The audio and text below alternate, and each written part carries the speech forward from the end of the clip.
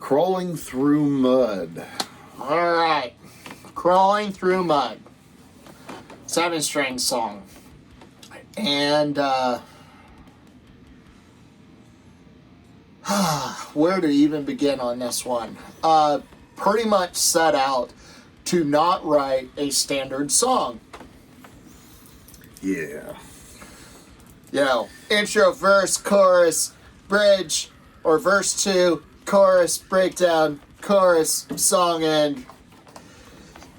And to that end, I kind of wanted to do something that was...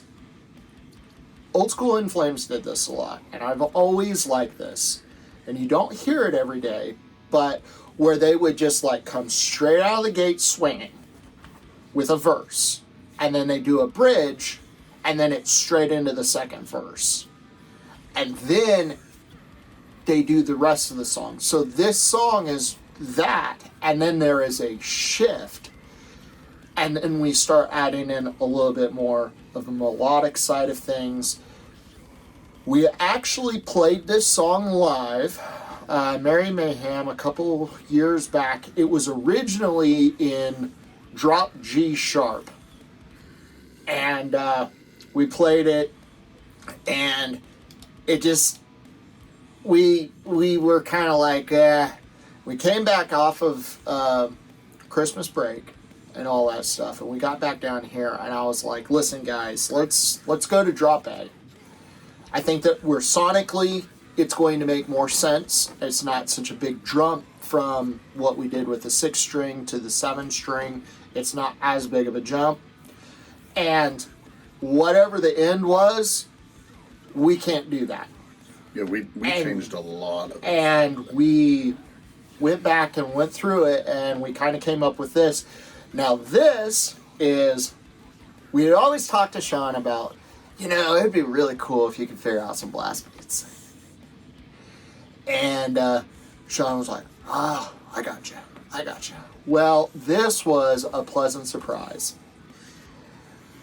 He accidentally did it right over the breakdown when we were playing it live, or, you know, down here at the practice spot. And I stopped and I go, well, I guess there's blast beats in this song. And Sean was kind of like, dang it. Yeah, he was playing around. I was just playing around. I was like, no, you got to do this. I think what happened on that, because he was, you know, he's been practicing him and stuff, and we're like, we got to find a tasteful, like a proper spot for it, because of course we're more like, you know, we'll say it metalcore, you know, like, yeah. If you're going to stick us in it, so that, you know, it's not a whole lot of blast beats necessarily, but you know, you can when they work. And I think it was at that part, it's like, right here, do the blast beat, do that. Like I was pointing at him and telling him, and he did it. I'm like, yeah. And I looked at him when we got done, and I just go, well, I guess there's blast beats in this song now. Well. And he was like, dang it, I knew it. Now I got to figure out how to do this for real, because I was just playing around. I was like, hey, sometimes that's how it goes.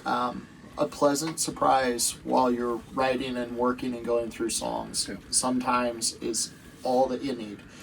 I also know that during the elongated part that we messed with some different rhythms and we're going into the melodic side. This song took a while because it was purposefully written to not be like what you hear on the radio. Yeah. In that formula. Yeah, not having the, like you mentioned, the structure where it goes, you know, the verse, you know, you have your verses, you have your chorus, and goes, there's this song's a little bit odd in the fact that, like, from what musically on the instruments, what they're playing doesn't fully match necessarily what goes through, you know, for lyrically as what the you know, the chorus, verse, whatever. It's all very close, but it is different. So with keeping Travis's idea in mind with the whole, like, you know, just our own structure, something that makes sense and doesn't feel forced, but just works. The the song beginning, it's kind of like another, like a little bit of a talking thing, and then going through, after that, it's, a chorusy, bridgey, chorusy thing that goes kind of back and forth, but melds all together. And then once I had the kind of a good structure kind of figured out for that. Travis then manipulated his stuff a little bit more to kind of match some of the stuff I was playing with the flow, and he doled down some of his stuff that he was doing to let the vocal parts stand out. And this one's one of those ones that kind of came through. Once we were done with it, we were like, this is way bigger than what we thought it was going to be. Yeah. Like the intention was just like, hey, let's see what we can do. But the flow of it, like, all went well. And I think this was one song where I told Travis, and we didn't quite do it exactly like what my mind was, but it worked for this. Is I told Travis, I want something that's just kind of like, at the end of it, it's just a big cascading, like gets bigger and bigger and bigger and bigger, and then it ends. Mm-hmm. Like crescendo end. Yeah, the big crescendo thing at the end, and then this ended up just being with playing with stuff. It ended up working out better with how we have it here, where it's just like, it has that tension, and it backs off a little bit, and more tension and stuff, and then just like, it's the grip. And the last bit